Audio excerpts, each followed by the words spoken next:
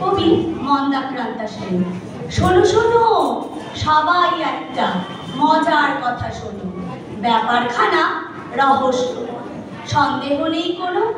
বাংলাদেশের ঘরে ঘরে সকল ছেলে মেয়ে হঠাৎ এমন কাঁদলো কেন? বাংলাদেশের ঘরে ঘরে সকল ছেলে মেয়ে হঠাৎ এমন খেপলো কেন? সাহেব হতে চেয়ে বাঙালি বাপ মায়ের শিশু যখন গেল স্কুলে অন্য ভাষার চাপে নিজের ভাষাই গেল ভুলে। ইংরেজি আর হিন্দি জানে না কেউ বাংলা। শিক্ষিত কি বলে এদের বলে হ্যাংলা। অন্য লোকের নকল করেই ধন্য। আমাদের তো লজ্জা পাওয়া উচিত ওদের জন্য। এই ভাষাতেই রবি ঠাকুর লেখেন গীতাঞ্জলি। নোবেল পাওয়া সেই ভাষাতেই আমরা কথা বলি।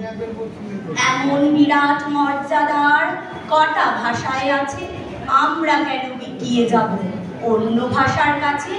তাই তো বলি আপত্তি নেই অন্য ভাষা শিখতে, আপত্তি নেই হিন্দি বলায়, ইংরেজিতে লিখতে।